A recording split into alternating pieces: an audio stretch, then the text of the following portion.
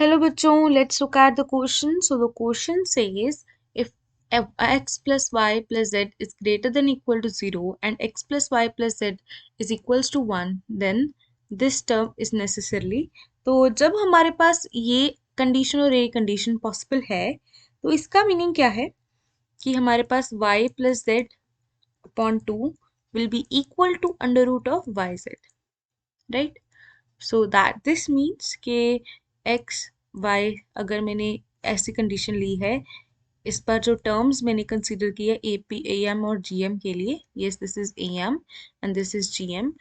तो अभी इसके लिए मैंने कैसे कंसिडरेशन की है, जैसे वाई एक्स और जेड है, तो इन तीनों के लिए x will be equals to y plus z upon to.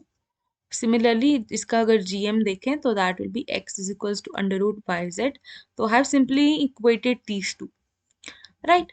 So now this will be, अब हमें पता है कि x plus y, let me make column, different column for this concept.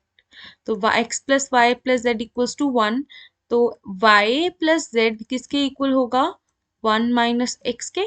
Let's put this value over here. This will be 1 minus x upon 2 is equals to under root of yz. So if we this is the question, right?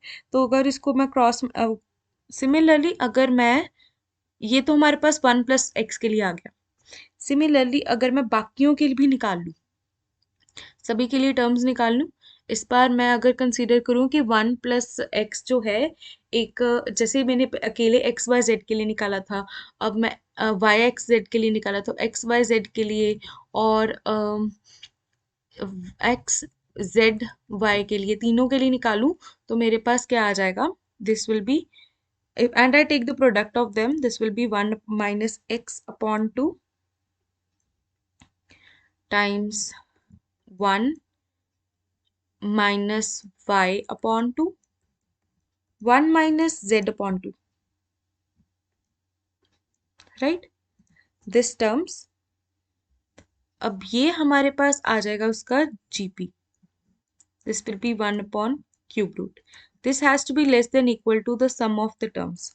That means 2 times under root, no, rather than that, rather than taking a gm of this term, I'll be, let's say that I have taken the product of these three terms, right? तो product हमारे पास जो होगा, obviously this has to be greater than square root से तो बड़ी value होगी अगर तीन चीजों का प्रोडक्ट है, right? So that is why this will be 2 times Y Z times, sorry this will be Y Z. पहली बार जब किया निकाला तो हमारे पास तब वाई जेड आएगा, दूसरी बार जब हम इसके लिए सॉल्व करेंगे वाई जेड आएगा, टाइम्स जब इसके लिए सॉल्व करेंगे जेड एक्स आएगा,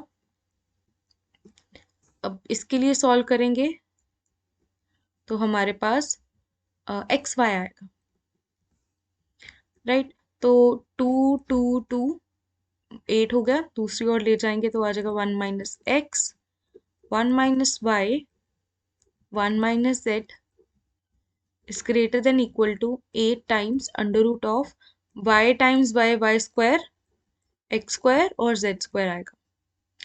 तो इसको सॉल्व करेंगे तो हमारे पास आ जाएगा 8 and this will be x y z 1 minus x times 1 minus y times 1 minus z, right?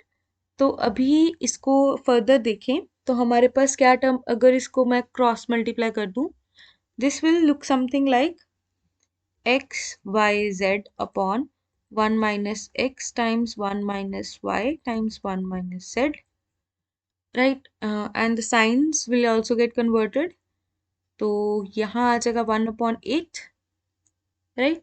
So हमारे पास इसी की वैल्यू चाहिए थी हमारे पास, and what do we get is this term is actually less than equal to 1 upon 8. So according to this, option B will be the correct answer for this question. I hope you understand it well. Best of luck.